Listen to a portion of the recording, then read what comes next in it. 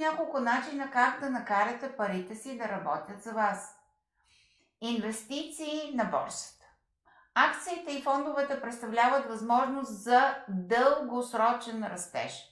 Времето тук е най-добрият ви помощник.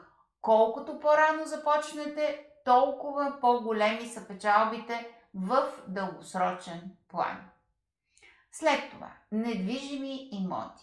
Покупката на недвижими имоти, които могат да се дават под наем, осигурява стабилни месечни доходи и същевременно стойност, която расте с времето. Бизнес начинания. Бизнесите, които генерират пасивни доходи, като онлайн бизнес, платформи за дигитални продукти или нетворк маркетинг, са чудесен начин да продължавате да печелите дори когато не работите активно.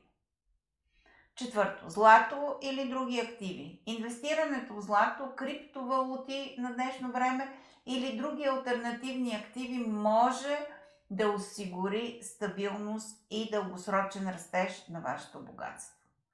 Колкото по-рано започнете да инвестирате, толкова по-бързо ще усетите ефекта на сложната лихва. Това е основният механизъм, който ще ви осигури финансово дълголетие.